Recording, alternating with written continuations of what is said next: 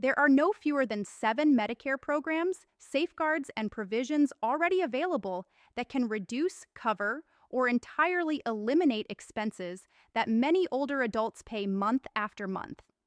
7 distinct options. And before I go any further, I need to address the single biggest misconception surrounding this subject because it is the precise reason so many eligible individuals never take action. People believe that Medicare assistance is reserved exclusively for those with zero savings, no retirement income, and virtually nothing in the bank.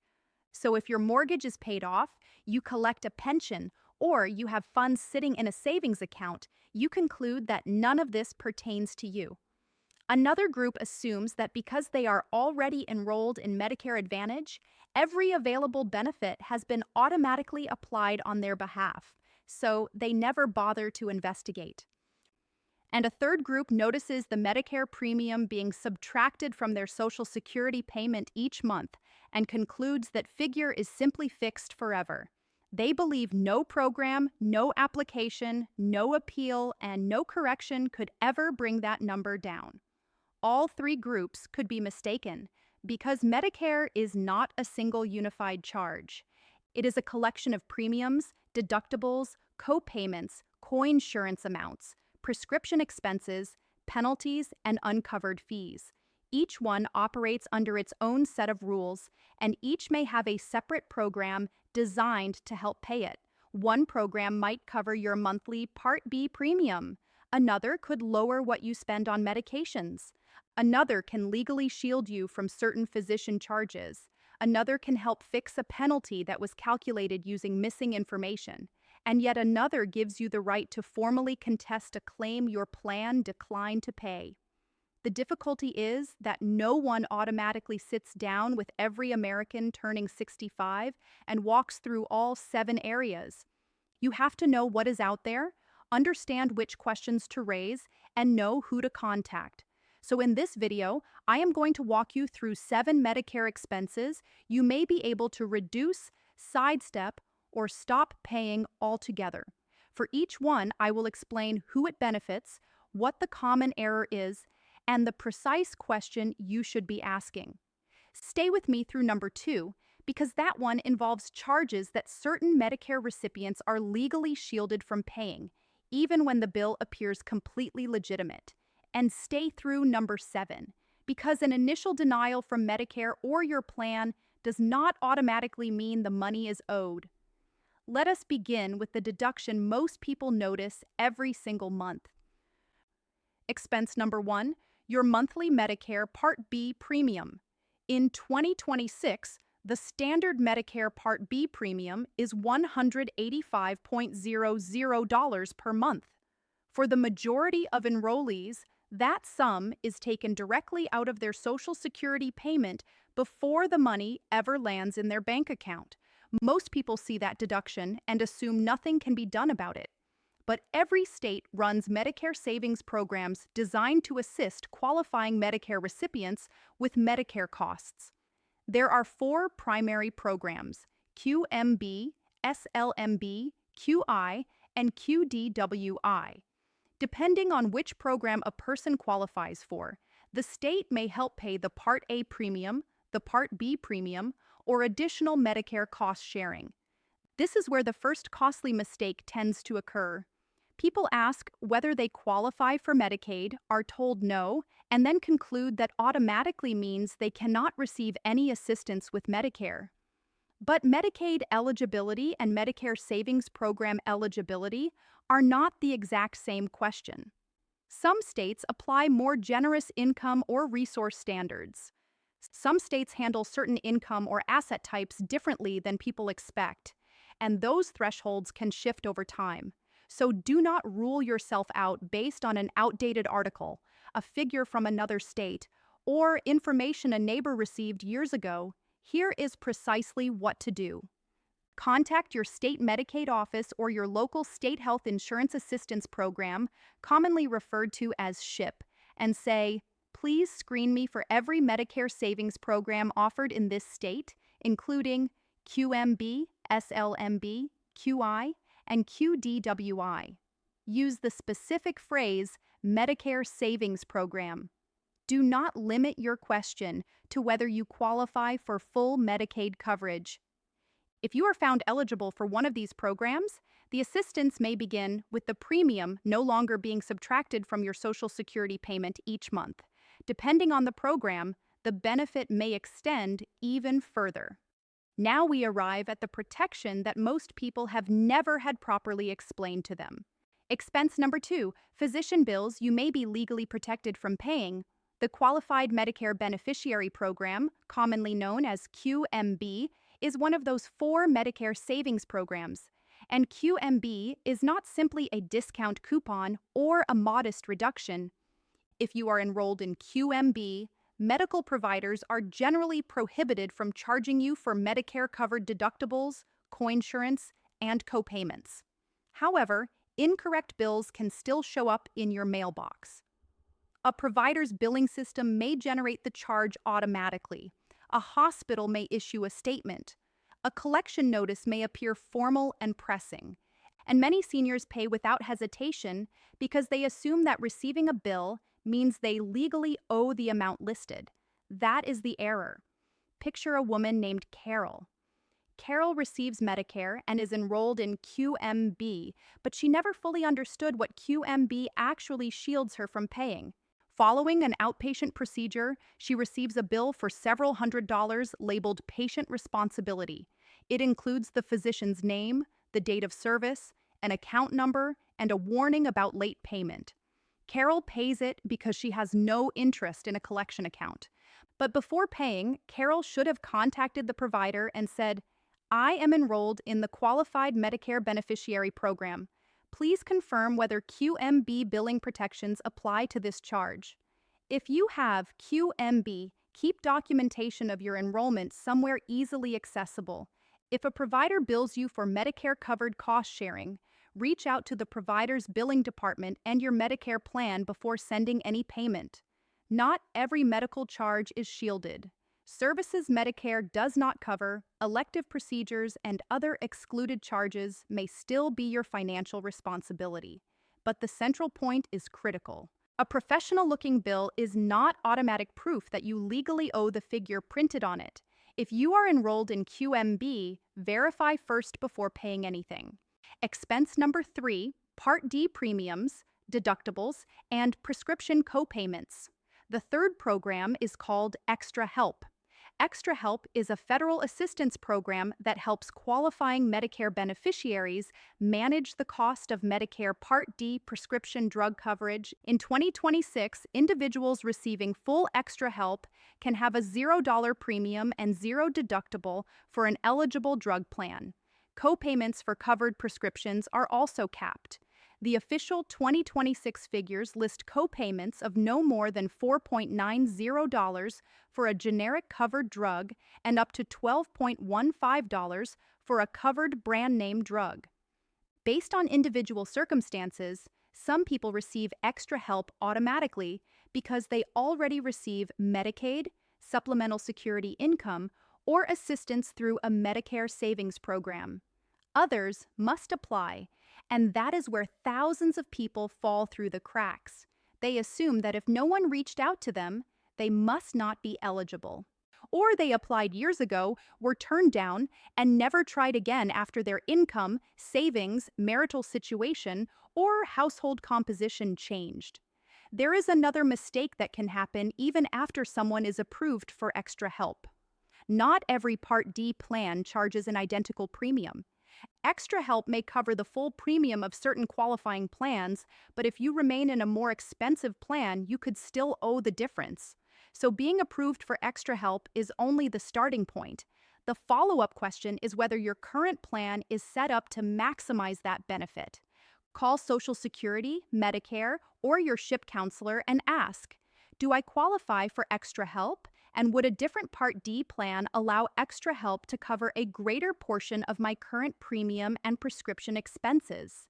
Do not switch plans carelessly. Your specific medications, preferred pharmacy, plan formulary, and prior authorization requirements all matter. But do not assume the amount you are paying today is automatically the lowest figure available to you. Expense number 4, prescription costs after you reach the annual threshold. In 2026, individuals with Medicare Part D drug coverage have an annual out of pocket cap of $2,000 for covered Part D prescription drugs. Once qualifying out of pocket spending hits that ceiling, the person pays no additional co-payment or coinsurance for covered Part D medications for the remainder of that calendar year. But two misunderstandings generate unnecessary confusion. First, the cap applies to drugs covered under your Part D plan. It does not mean every supplement, medical product, or drug excluded from the plan becomes free at that point. Second, the Medicare prescription payment plan is not the same thing as the annual spending limit. The payment plan can spread prescription costs across monthly installments rather than requiring a large sum at the pharmacy counter. That may improve cash flow, but it does not reduce the total cost on its own. Imagine a man named Frank.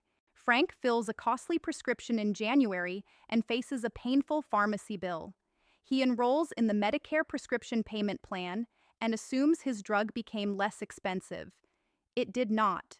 That program only distributed what he owed across monthly payments.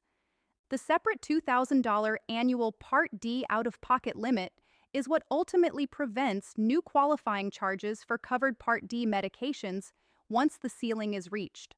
Call your Part D or Medicare Advantage drug plan and ask, how much qualifying out-of-pocket spending have I accumulated toward the 2026 Part D limit, and which of my prescriptions count toward it? Then ask, would the Medicare prescription payment plan help distribute my expenses, and what would my estimated monthly payments look like? One protection limits annual qualifying spending. The other changes the timing of when you pay. Understand which one you are actually working with. Expense number 5, paying for preventive care that Medicare may already cover at no cost. Medicare Part B covers a wide range of preventive services designed to catch health conditions early or prevent them from developing altogether. For most covered preventive services, you pay nothing when you receive the care from a provider who accepts Medicare assignment, and all coverage conditions are satisfied. But the word preventive triggers one of the most frequent billing surprises in all of Medicare. A preventive appointment and a visit to evaluate or treat a newly identified medical problem are not always billed the same way. Imagine that Susan schedules her Medicare annual wellness visit. During the appointment, she asks her physician to examine a new pain in her shoulder, take a closer look at a worsening skin condition, and adjust one of her current medications. The wellness visit itself may be covered without any cost sharing, but the evaluation of those new health issues may be billed as a separate medically necessary service with the standard Part B deductible or coinsurance applied. Susan receives the bill and assumes the office has made an error because she scheduled what she believed was a free Medicare visit. The charge may be entirely accurate, but it should not have come as a surprise. Before a preventive appointment, ask, is this visit being scheduled as my Medicare annual wellness visit? Then ask, could addressing or treating any additional health concerns today result in a separate charge? You are not refusing care. You are simply asking to understand how the billing will work before the service is delivered. Also confirm that the provider accepts Medicare assignment and that the preventive service is being performed at the frequency Medicare covers. The takeaway is not that every preventive appointment is entirely free under all circumstances. The takeaway is that many covered preventive services carry no cost sharing when the requirements are satisfied, and you should understand which portion of the visit Medicare considers preventive. Expense number 6, late enrollment penalties that may warrant a closer review. Medicare. Late enrollment penalties can follow a person for many years. For Medicare Part B, the penalty typically increases the premium by 10% for each full 12-month period in which the person was eligible but did not enroll unless a qualifying exception or special enrollment period applies. In 2026, the standard Part B premium is $185.00. So even a percentage-based addition can become a significant recurring expense. Medicare Part D uses a different formula. The Part D penalty generally equals 1% of the national base beneficiary premium multiplied by the number of full uncovered months during which the person was eligible for Part D but lacked creditable prescription coverage. The 2026 national base beneficiary premium used in that calculation is $36.78. These penalties are real, and people should not deliberately disregard Medicare enrollment deadlines. But the mistake is assuming that every penalty calculation is automatically based on complete and accurate information. People retire at varying ages. Some continue coverage through an employer plan, some receive coverage through a spouse who is still working. Others have retiree coverage or COBRA and incorrectly assume it generates the same Medicare enrollment rights as active employment coverage. The rules can differ considerably. For example, COBRA generally does not provide the same Part B special enrollment period that active employer group coverage can offer. If you are being assessed a penalty and believe you had qualifying coverage, do not simply ask why your Medicare premium is so high. Ask, what specific months does Medicare indicate I was eligible but lacked qualifying coverage? Then ask, what documentation can I provide to demonstrate the coverage I carried during those months? For Part D, request documentation from your former insurer confirming whether your previous prescription coverage was considered creditable. For Part B, gather employer coverage records and determine whether the coverage was tied to active employment. A penalty should not be challenged simply because it feels expensive. It should be challenged when Medicare's record of your prior coverage is incomplete or inaccurate. Now we reach the final expense, and this one has the potential to be larger than every other item on this list combined. Expense number 7, paying a bill after Medicare or your plan has said no. A denial is not always the final word. Original Medicare, Medicare Advantage plans, and Medicare Part D drug plans all have formal appeal procedures built into them. The exact process depends on the type of Medicare coverage you carry and what decision you are contesting. But the costly mistake is nearly always the same.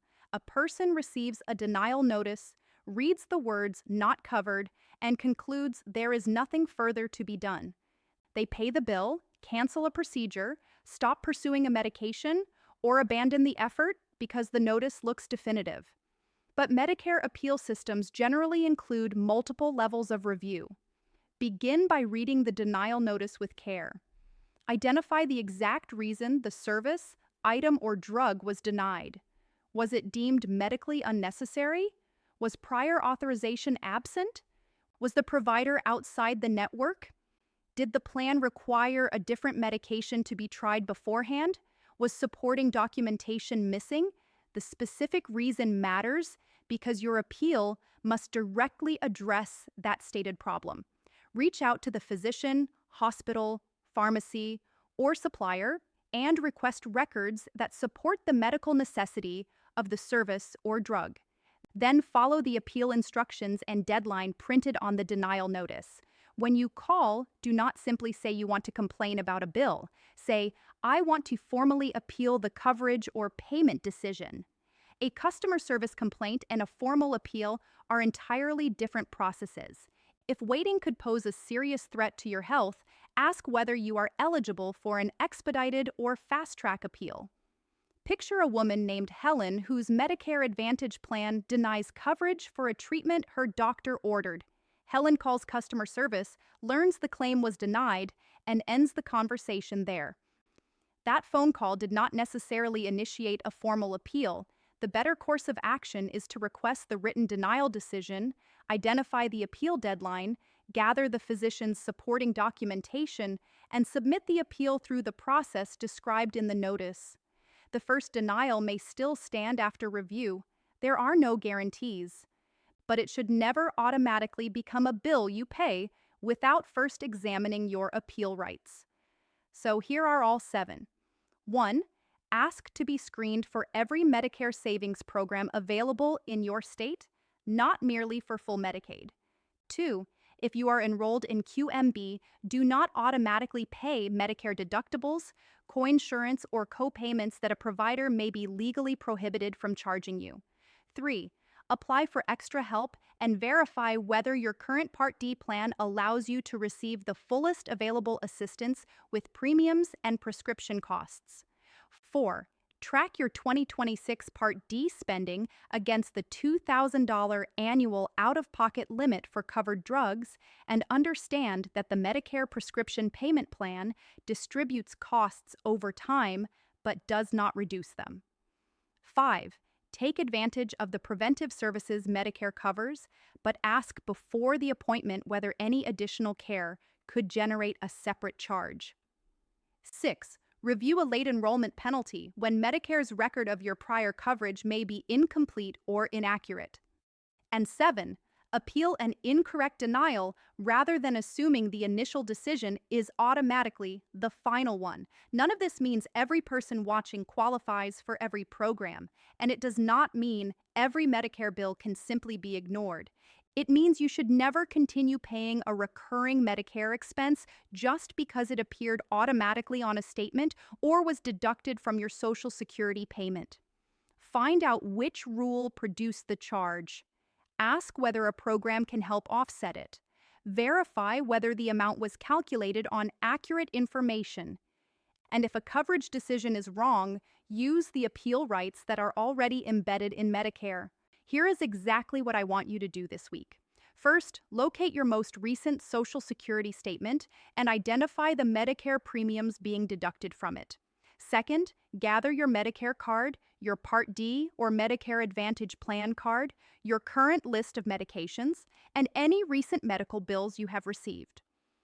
Third, contact your local SHIP program and request a thorough Medicare cost review. Ask them to screen you for Medicare Savings Programs and extra help. Ask whether your current drug plan still aligns well with your prescriptions and preferred pharmacy.